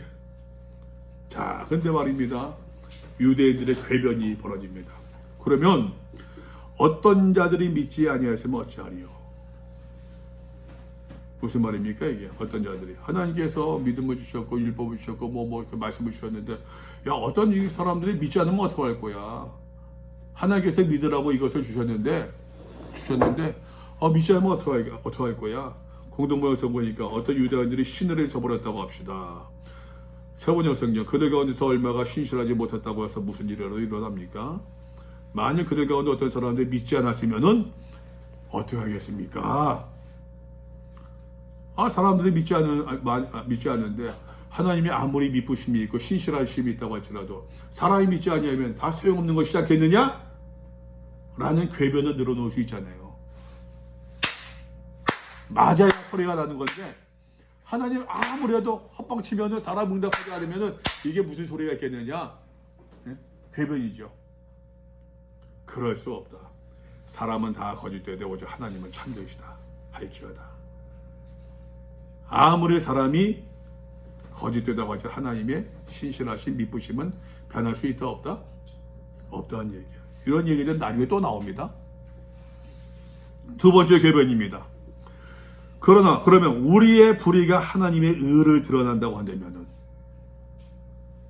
내가 불의합니다. 내가 죄인입니다. 여러분, 죄의 반대 개념 뭡니까? 성경에서 죄의 반대 개념. 불의의 반대 의야. 불의의 반대 맞아요. 그거 아닌 거를. 아니 불의의 반대는 뭐? 죄의 반대 개념이 뭐예요? 성경에서 거룩이죠. 거룩, 구별됨. 예. 혼탁된 게 죄이지 않습니까? 여러분, 거룩의 하나님의 거룩성의 반대는 죄예요. 죄의 반대는 거룩이에요. 예.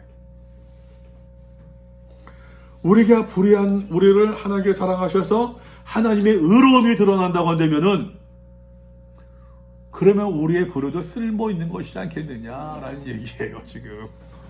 우리의 불의가 하나님의 의를 드러난다고 한다면은, 공동번역 보니까 우리의 불의가 오히려 하나님의 정의를 드러낸다고 한다면은 세번역 성경 우리의 불의가 하나님의 의를 드러나게 한다면은 현대인의 성경 우리의 불의가 하나님의 의를 드러내면 어떻게 되는 겁니까? 내가 사람이 말하는 대로 말하노니 이 얘기는요 너희가 말하는 그 말도 안 되는 식으로 말하고 있는데 나도 너희처럼 말해볼게 그런 얘기예요 지금.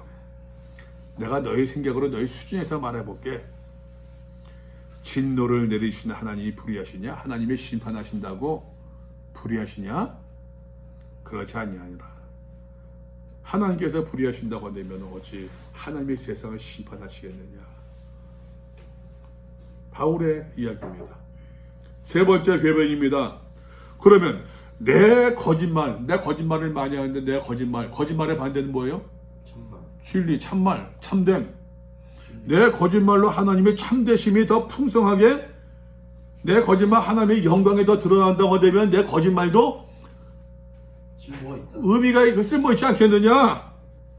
어째 내가 죄인처럼 심판을 받겠느냐? 한 걸음 더 나갑니다.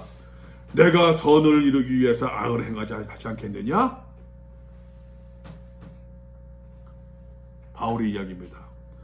어떤 사람들이 어떤 인간들이 나를 이렇게 비방한대요. 너희의 그 궤변 가지고서 내가 이렇게 말하고 다닌다고서 비방한다라는 얘기예요. 그런 사람들은 정죄받는 것이 마땅하다. 유대인들의 궤변을 이야기하고 있는 거예요. 말장난.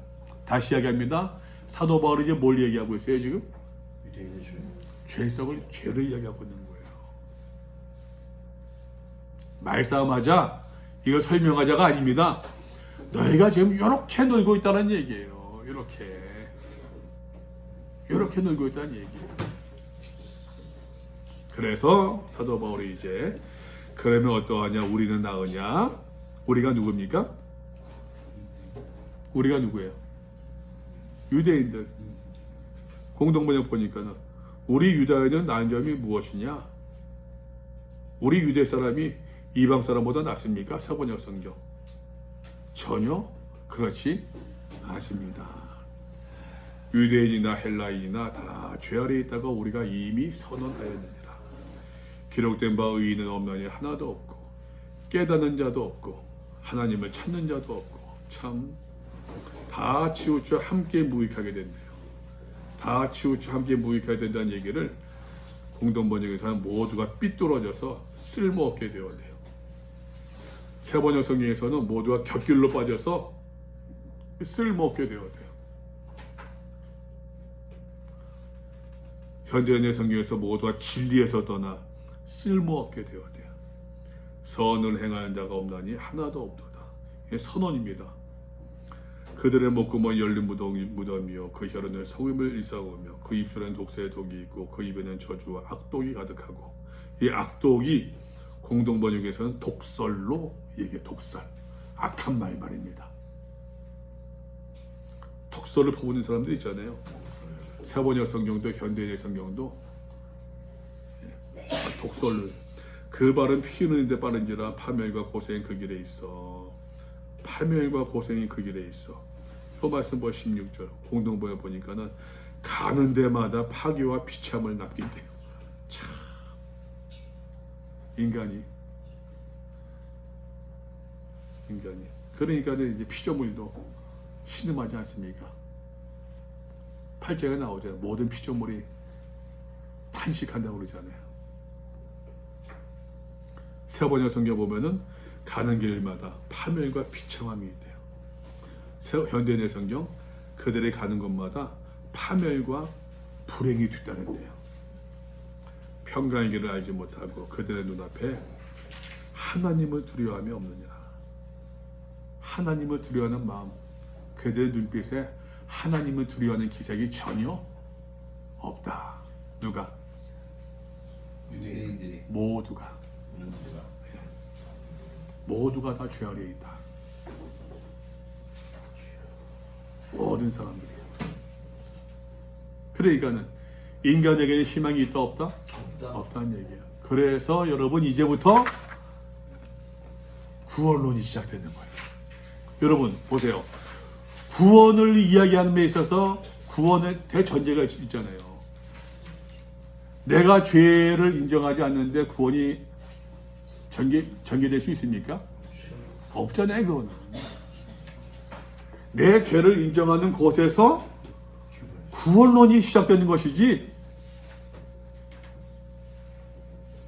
그러니까 교회가 말입니다, 여러분. 예수의 이야기, 복음의 이야기를 전할 때에는 죄를 이야기할 수밖에 없어요. 죄를 이야기할 수밖에 없어요.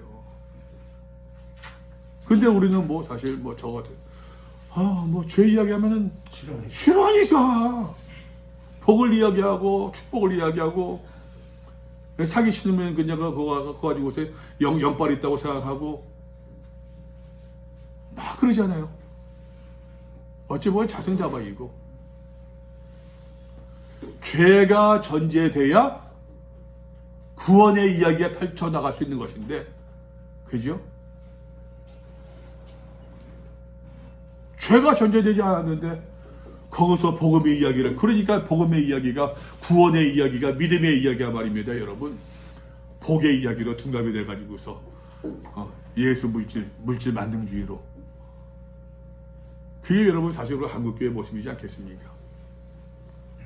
사실 그것 때문에 우리가 사실은 목회하기 힘들어하고, 그런데도 어찌 보게 되면은 그것을 더 하려고서 더 영빨 있는 척 하기에 급한 때가 더 많이 있고.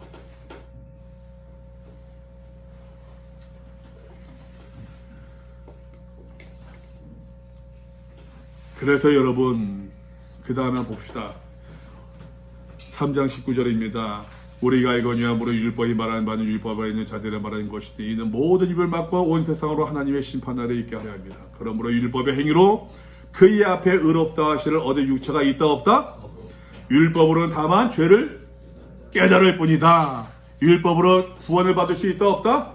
아니다. 오직 구원받는 것은 이제는 율법 외에 하나님의 한 의가 나타났으니 율법과 선지자들의 증거를 받은 것이라. 아까 말씀드렸습니다. 복음을 이야기할 때에 예언, 약속 말씀드렸잖아요.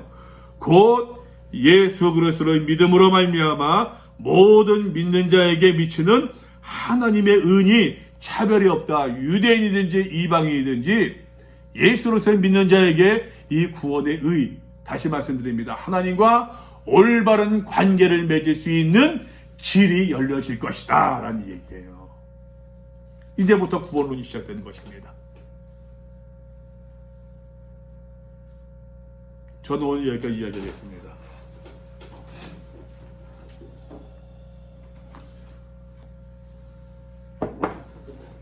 다음 주일은 저희가 여기 그 12페이지부터 3장 19절부터 보도록 하겠습니다. 혹시 질문 있습니까? 사실은 좀 여러분들이 좀 성경 읽고서 무슨 내용이 있는가 좀 얘기하고 좀 그거 하고 싶은데 일방적으로 그냥 좀 제 나름대로 생각하는 메시지를 좀 나눌까 생각하다가 그건 너무 그냥 그런 것 같아가지고서 너무 그러면 우리는 그런 데 익숙해 있잖아요, 사실. 근데 혹시 질문 하시고 싶은 말씀 있으시면.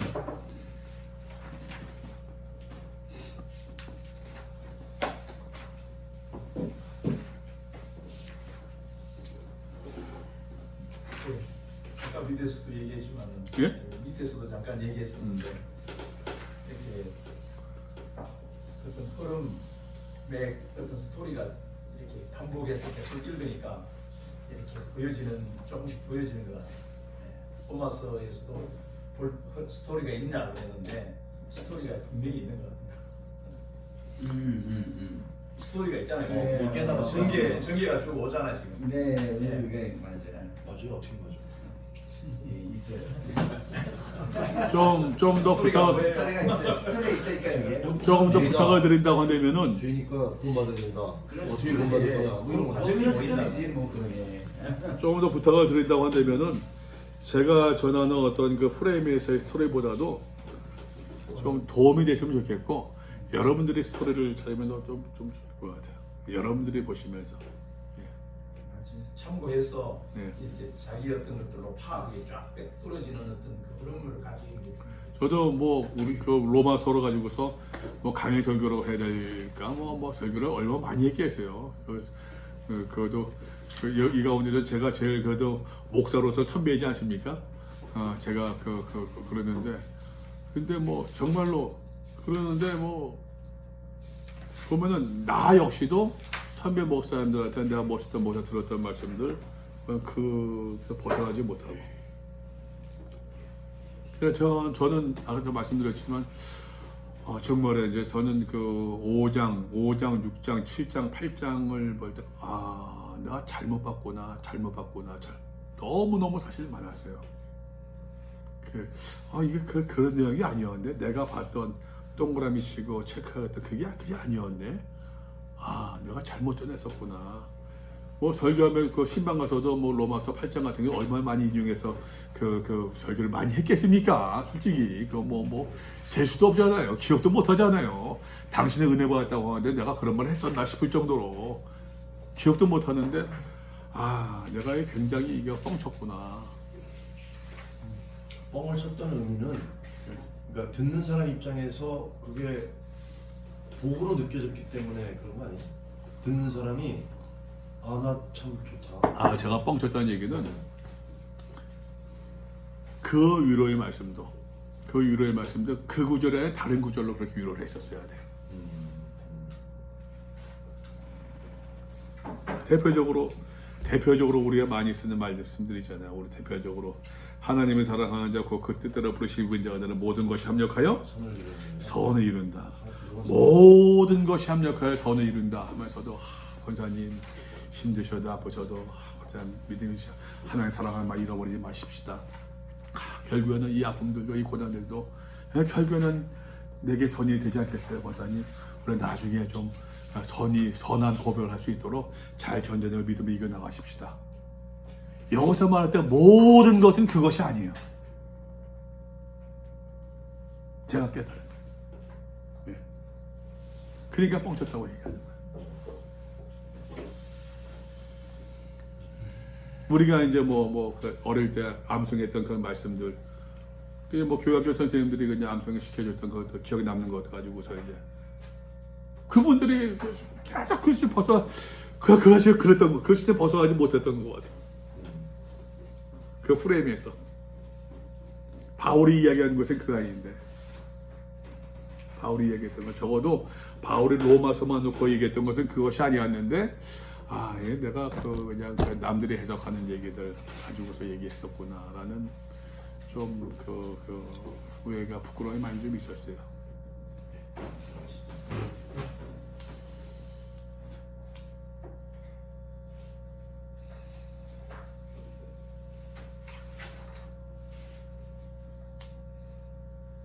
더 하실 말씀 없으세요?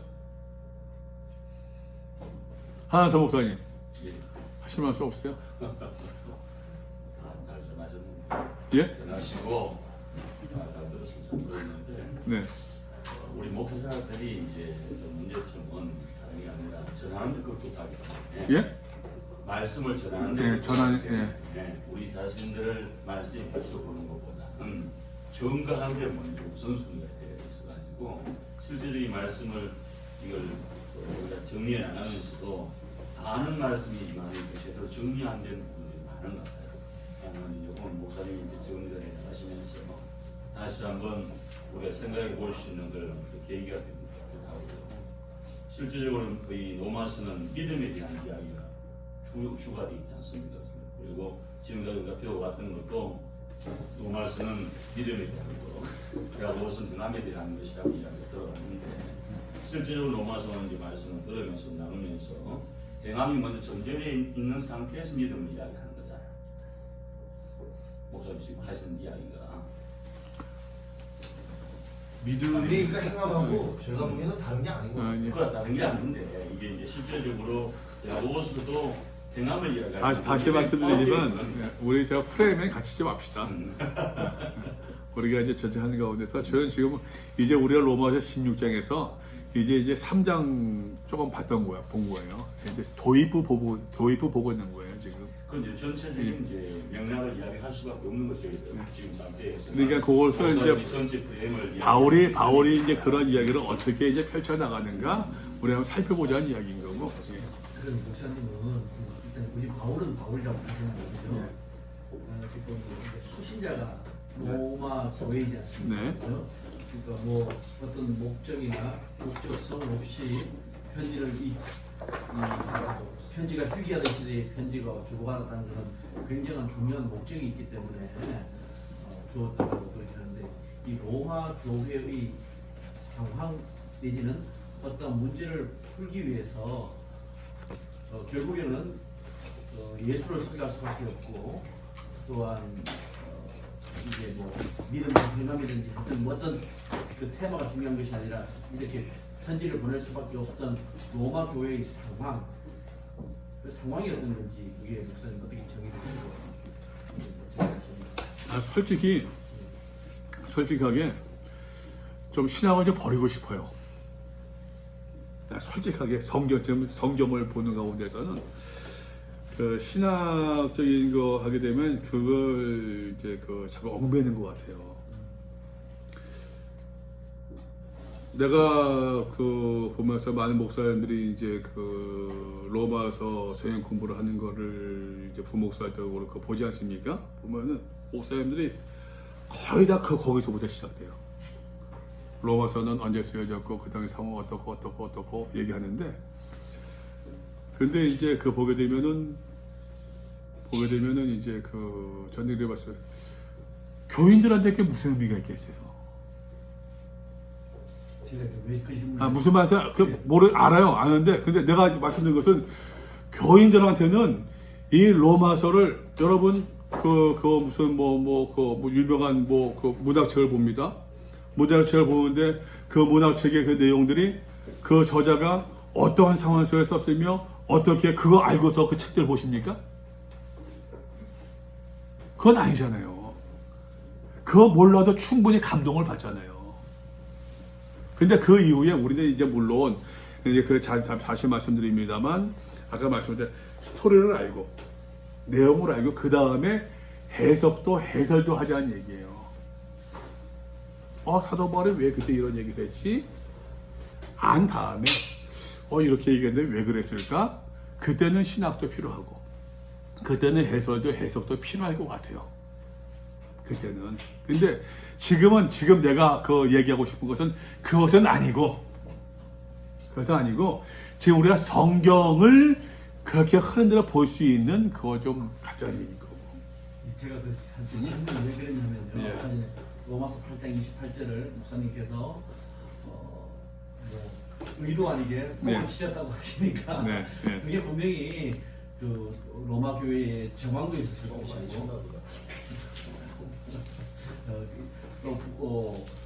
어떤 면에서도 들었던 이 청중 회중이 어떤 그 신학과 관계없이도 은혜 받을 수 있지 않나 그래 생각해가지고.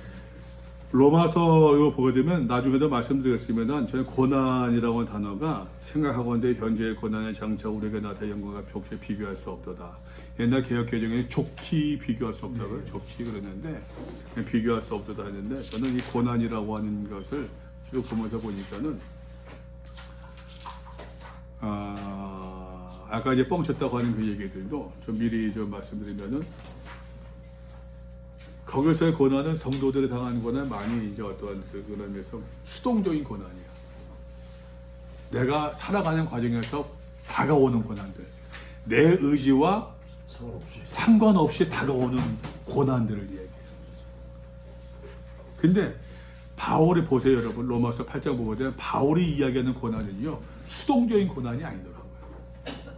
바울이 이야기하는 고난은 능동적인 고난이에요. 복음을 위해서 구원을 위해서 자처하고 나아가는 구원이지 그러한 고난을 우리가 수동적인 고난과 비교한다? 근데 그런 의미에서 뻥쳤다는 얘기예요.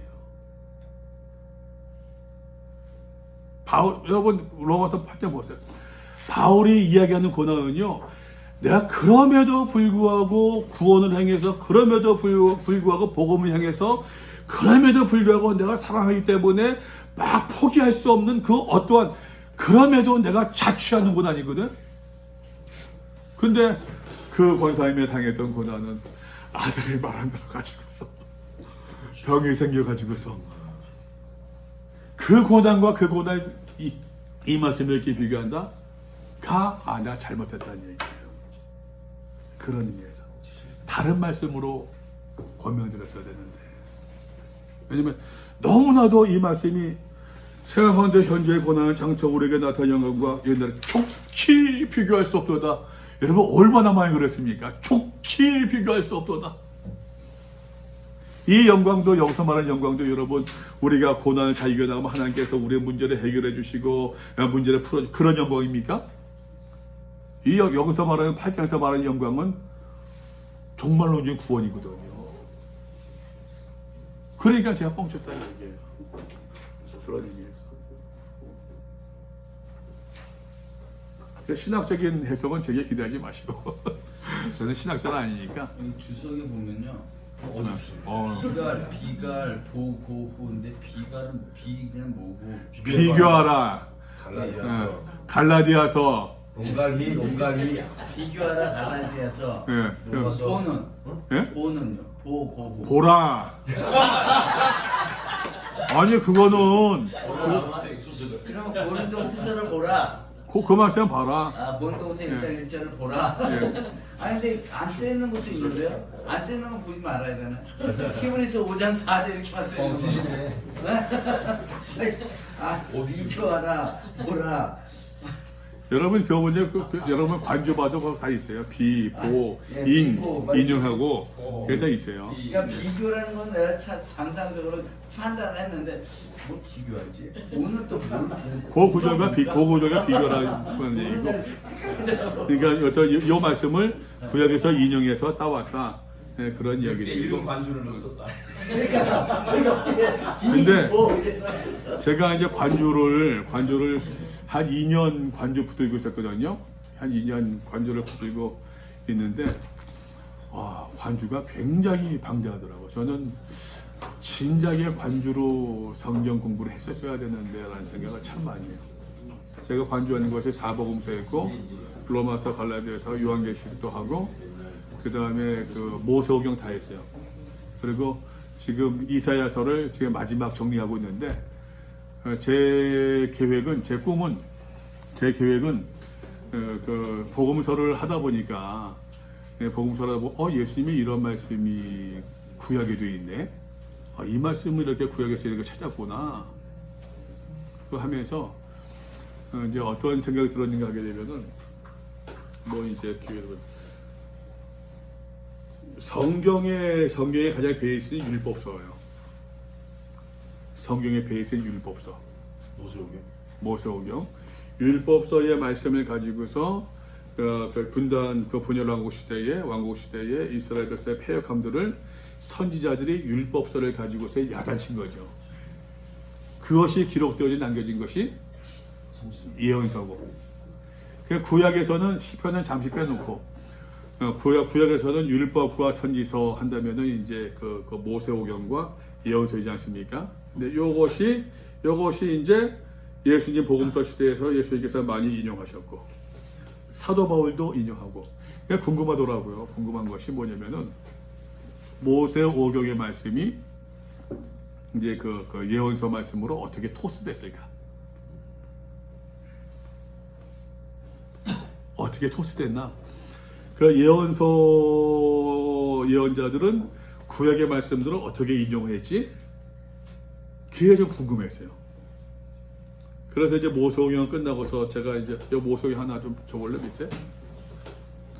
그랬는데 그래서 이제 그거를 제가 나름대로 이제 여기 있는 것처럼 구약에 이제 그 표시를 했어요. 색깔로 표시한 것이 이제 직관적으로 보일 수 있게 직관적으로 보일 수 있게 이거 딱 보게 되면은 여기서 이제 그 색깔별로요? 네, 색깔별 모서경은 무슨 색깔이냐면 보라색은 뭐 이제 모서경이고 뭐 하고 하는데 모서경이고 초록색은 역사서 아니 예언서고 이게 모서경 요 한 것이 제가 530페이지입니다. 530페이지. 쭉 보게 되면요, 여러분 여기가 지금 레위기 23장이거든요. 레위기 23장인데 쫙 보더라도 무슨 색깔이 맞습니까? 보라색. 보라색. 보라색이 많잖아요 지금. 네. 그러니까 레위기의 말씀들은 굉장히 요 23장은 지금 모세 오경에서 율법서에서 돌고 돈다는 얘기야. 여기서 아무것도 없는 것은 아무것도 밑을 치지 않는 것, 그 색깔이 없는 것은 이제 여기가 지금 출애굽기인데 출애굽기 말씀들은 이제 그 해당되는 책들은 이제 그 하이라이트가 없어요.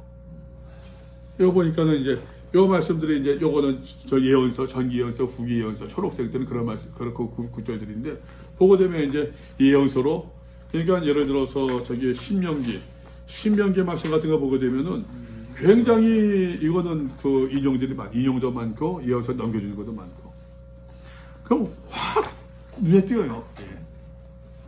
그리고서는 또 하나 하는 것이 이제 그 구약에서 예언서의 말씀들이 똑같이 이제 예언서 작업하고 있으니까는 예언서 말씀들이 어떻게 이제 이제 모세오경에서 인용을 하고 또 이제 그 다른 이제 예언자들끼리 어떻게 이제 주고받는지 근데 보면은 딱 드러나니까 근데 저는 개인적으로는 정말요 진작에 이렇게 공부할 거 이렇게 진작에 공부하지 않은 게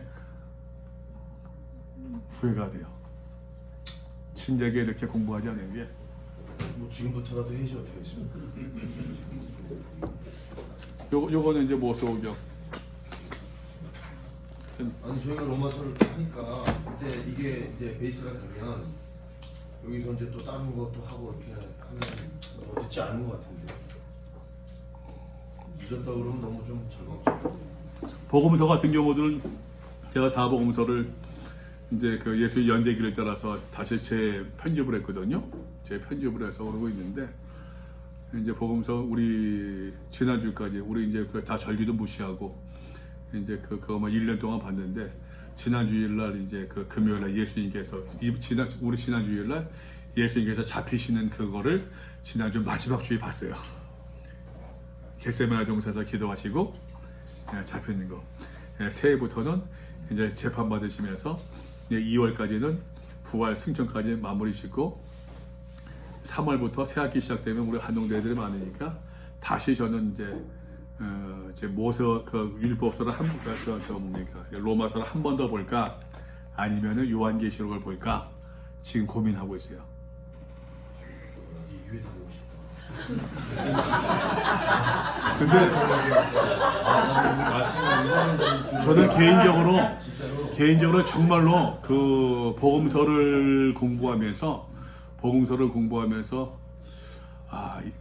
다시 이제 그 사건 연대기에 따라서 배치하는데 그게 원칙은 없더라고요. 될 수가 있는 게 아니더라고요. 해보니까 될 수 있는 게 아니야. 그거는 될 수 있는 게 아니던데 저희 신약 공부할 때는 아까 얘기하는 안용성 교수 친구니까 안용성 안교성 말고 안교성은 교회사고 안용성 목사라고 저희 동기가 있는데 그 친구한테 이제 맞아. 그 친구한테 좀 그 신약 공부할 때 많이 자문을 받았어요. 자문 받고 그랬는데 이제 좀 전화 걸면은 밤 12시에 전화 걸어도 내가 전화 걸면은 의뢰 이제 성경 묻느니 하고서 이제 같이 그래서는 같이 알아보고 그랬는데 해봐서도 보니까 저는 어쨌든 간에 복음서를 공부하면서 예수님이 이 말씀이 이러한 상황에서 말씀하셨었구나 라는 게 너무 많더라고요. 그러니까는 저는 또 하나 그러니까 예를 들어서 요한복음 15장에 있는 말씀도 나는 참포도만 너는 가지라. 우리는 뭐 예수는 참포도나무 막 그러잖아요. 즐겁게 부르잖아요. 즐거운 게 아닌 거죠. 그 즐거운 게 아니죠. 예수님께서 잡히시기 전 목요일날 목요일날 그 말씀 주신 거거든요. 목요일날 최후의 만찬, 마지막 만찬 끝나고 세조시 끝나고 13장, 14장에서 성령 얘기하고 그리고 15장 얘기하고 그런 장면이니까는 사실 야 나는 포도나무 그게 아니라 너희가 내 안에 내가 너희 안에 있어야 된다. 굉장히 절실하게 얘기했을 것 같아요. 그렇게 스토리를 보니까 그 말씀이 다르게 읽혀지는 거예요. 그렇게 보니까는 그러니까 사랑하는 성도 여러분, 예수 안에 갑시다 뭐가 아니라 그 예수님의 한 말씀들이 이때는 굉장히 그 제자들한테 진중하게 비장하게 얘기하셨겠다 싶은 거예요. 그러니까 그 의미가 좀 다르게 들어오더라고요. 저는 진하게 이렇게 했었어야 되는데 좀 그런 생각이 들어요.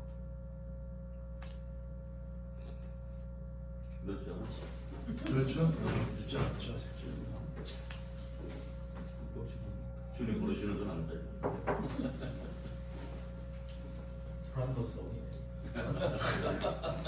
아니 60도 안 되는데요, 뭐. 네? 아니 60도 안 되는데요, 뭐. 나이 얘기하지 말라니까. 야, 참. 이제 마지막에 딱 말을 하네. 뭐 하실 말씀 다 하신 거 아니에요, 그죠? 네. 다음 저희가 얼마나 더 읽고 준비 좀 더 어떻게 다음 주에는 해올라 그러면은 어떻게 오면 좋겠습니다. 다시 한번 좀 읽어보시고 예. 다음 주에는 4장까지 갑시다. 4장 너무 짧은가? 4장, 5장. 그러면 아예 그 관주 쪽에 대해서 언급 안 하시나요, 그러면? 네? 이 앞에 부분에 대해서는 말씀 안 하시나요? 완전히 여러분이 보셔도 될 것 같은데 그냥 뭐. 네. 다시 말씀드립니다. 스토리니까. 스토리만 보자. 네, 스토리니까. 오직 스토리만 따거라. 5장까지 봅시다. 5장까지 보시면은 네. 로마서는 몇 장까지죠? 얼마 안 나왔는데. 그래? 물어보지도 못하나? 나도 알고 있어. 5분의 3분의 1 아니야 이제 이렇게 되면. 진짜 센스가 없어. 있어. 일부러 아니 그거는 꼭 집어. 솔직히 나도 알아. 기도하고 마실까요?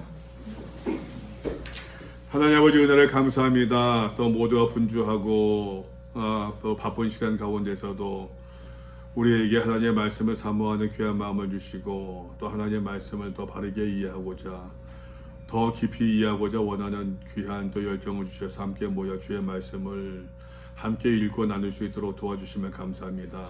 하나님 우리의 마음속에 있는 여러 가지 답답함들 우리의 마음속에 있는 모든 불편함들 또 우리의 마음속에 있는 여러 가지 많은 생각들을 하나님께서 아시는 줄 믿습니다. 정말로 우리가 신학교에서부터 어릴 때부터 기대하고 그리고 소망하고 생각했던 모습들이 마음들이 이런 모습이 아닐진데 그러나 아버지 우리가 어쩔 수 없는 우리가 어떻게 할 수 없는 그런 그런 현실로 인해서 우리의 마음이 복잡하고 또 어두워졌음을 고백합니다. 하나님 주의 말씀으로 우리의 마음들을 소성케 하시고 또 우리가 부족하고 연약하지만 또 작은 교회들이지만 그러나 이를 통하여서 하나님의 몸된 교회가 다시 일어서며 주의 교회들이 주의 나라가 말씀으로 흥황케 되어지는 귀한 불쏘시의 역할을 감당할 수 있도록 우리 하나님이여 도우시고 주장해 주시기를 간절히 바라고 원합니다.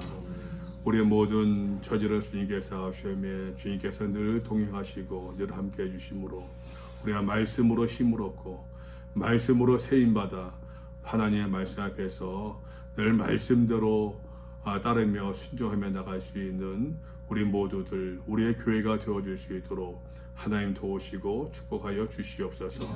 감사드리며 예수님 이름으로 기도했습니다. 아멘. 감사합니다. 고맙습니다.